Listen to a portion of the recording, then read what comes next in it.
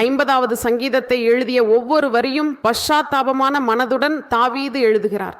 என்னுள் நீர் தூய இருதயத்தை உருவாக்கும், கலங்காத உயிரை நான் விரும்புகிறேன். தூய இருதயம் தேவனிடம் இருக்கிறது அல்லவா? அந்த தேவனின் இயல்பு தாவீதுக்கு வேண்டும். என் உள்ளத்தில் ஒரு தூய இருதயத்தை உருவாக்கும் என்று தாவீது சொல்கிறார். நீர் உன் உள்ளார்ந்த இடத்தில் உண்மையையே விரும்புகிறீர் என்று சொல்கிறார். இதன் அர்த்தம் தேவன் பரிசுத்தமானவர் என்பதால்தான் நாம் பாவம் செய்யக்கூடாது, தேவனின் கட்டளைகளை மீறக்கூடாது. ஏன் நாம் மீறக்கூடாது என்றால் தேவன் பரிசுத்தமானவர்.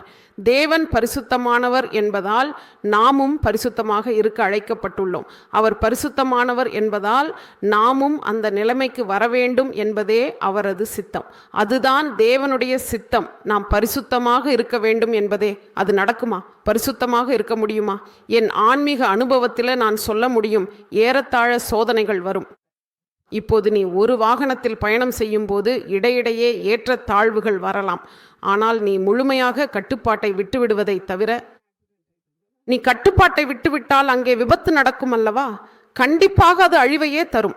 அதனால் உன்னை நீயே கட்டுப்படுத்தி கொள்ள பரிசுத்த ஆவியின் கட்டுப்பாடு அல்லது ஒழுங்கு மூலம் நீ எல்லாவற்றிலும் வெற்றியை பெற முடியும். இயேசு ஹல்லேலூயா, இயேசு பிரபுவில் இருக்கிறான் என்பதால் கண்டிப்பாக வெற்றி உண்டாகும். அதனால் பரிசுத்தமான பாதையில் இருக்க முடியும் என்று நாம் சொல்லலாம்.